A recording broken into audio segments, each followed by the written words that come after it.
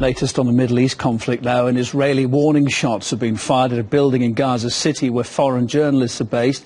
That building, which is situated in a residential area, was evacuated.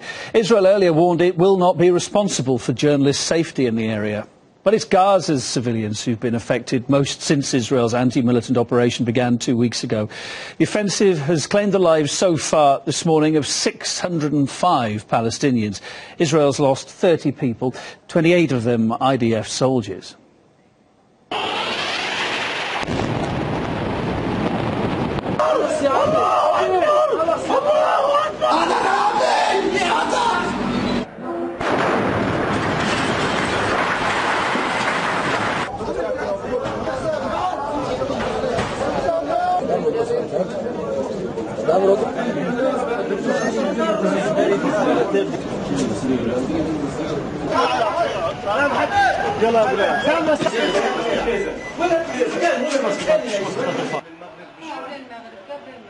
Hamas has continued firing rockets into Israel, raising security concerns. Indeed, in the last few hours, several American and European airlines have now suspended flights to Tel Aviv after a rocket landed near Ben Gurion Airport. UN Secretary-General Ban Ki-moon's urging Israel to exercise maximum restraint in Gaza and to get back to negotiations as soon as possible. But Israeli leader Benjamin Netanyahu remains defiant. What grievance can we solve for Hamas? Their grievance is that we exist. They don't even want a two-state solution.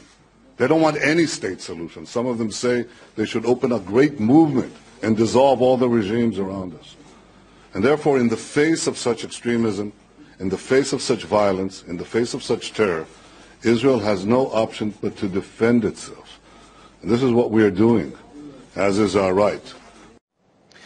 Adding to the civilian toll was Monday's tank shelling of a hospital in central Gaza that killed at least 5 people.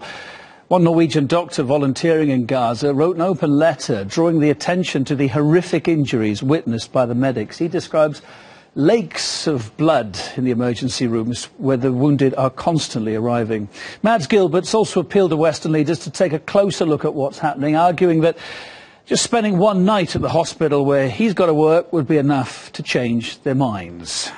Harry Fear talked to him. What Israel is actually doing is applying an immensely disproportionate force, which we see not at least in the hospital. I mean, when we look at all these burned bodies, I think they use an array of different grenades and charges to achieve both the bombardment of buildings and destroying of whatever habitat there is, and to cause sort of anti-personal effects. And these shrapnels are really hard to treat because it takes, number one, they're deadly. If they penetrate your cavities, the skull, the chest, the abdomen, they will cut open the blood vessels and you bleed to death within a short time, depending on the size of the shrapnel. But if it doesn't penetrate, like we had all these children with hundreds of shrapnels that you have to sit and extract one by one, and it's extremely painful, and of course it's dangerous because you can have infections. So it's an array of weaponry that they are using all the time. What is your response to the general situation of violence, especially in this context of what's almost a cycle, almost, of every few years this happening, actually? Yeah, and that's really a good question, because it seems, I think I heard once a spokesperson for IDF saying that everybody who has a backyard knows that you need to mow the lawn every now and then. That's what we're doing. Basically every third year we have to go down and cut the grass in Gaza, meaning killing people. In a way, this is a huge obstacle to peace, because it sort of moves everything backwards, instead of finding, what can we agree on? Like Mandiba said, if you want peace, you have to talk to your enemies. This is not talking to enemies. This is making your enemies really untalkative.